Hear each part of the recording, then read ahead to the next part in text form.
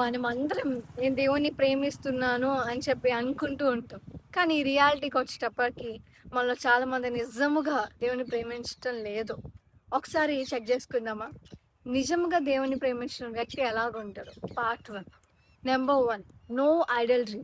నిజముగా ఒక వ్యక్తి దేవుణ్ణి ప్రేమిస్తే విగ్రహాల్ని పూజించడు. మొదటి స్థానం దేవునికే ఇస్తాడు. ఈ రోజున చాలా మంది ఏమనుకుంటున్నారంటే, నేను ఏ విగ్రహానికి పూజించట్లేదు కదా, మొక్కట్లేదు కదా, సో నేను విగ్రహారాధన చేయట్లేదు అనుకుంటారు.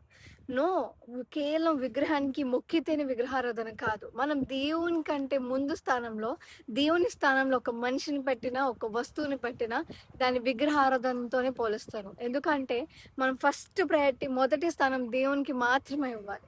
సో ఆ మొదటి స్థానాన్ని ఎప్పుడైతే మనము దేవుని స్థానాన్ని మనిషినో లేకపోతే వస్తువుకో రీప్లేస్ చేస్తామో, అప్పుడు మనము వాటిని ఐడల్ చేసినట్టు ఆ పర్సన్ని లేదా ఆ వస్తువుని.